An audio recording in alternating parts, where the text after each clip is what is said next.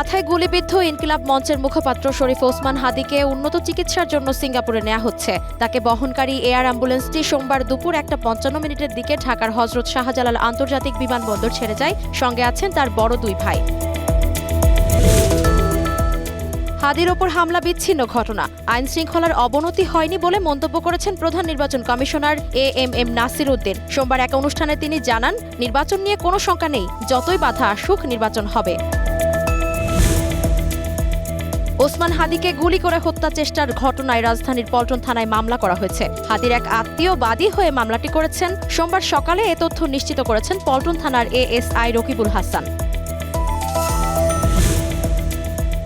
ইনকিলাব মঞ্চের মুখপাত্র শরীফ ওসমান হাদির ওপর হামলাকারীদের গ্রেপ্তারে ব্যর্থতা এবং দেশব্যাপী আইন শৃঙ্খলা পরিস্থিতির অবনতির অভিযোগে স্বরাষ্ট্র উপদেষ্টার পদত্যাগ দাবি জানিয়েছে জাতীয় ছাত্র শক্তি। রাজধানীর শাহবাগে বেলা 12:30টার দিকে ব্লকেট কর্মসূচি করে সংগঠনটির নেতাকর্মীরা।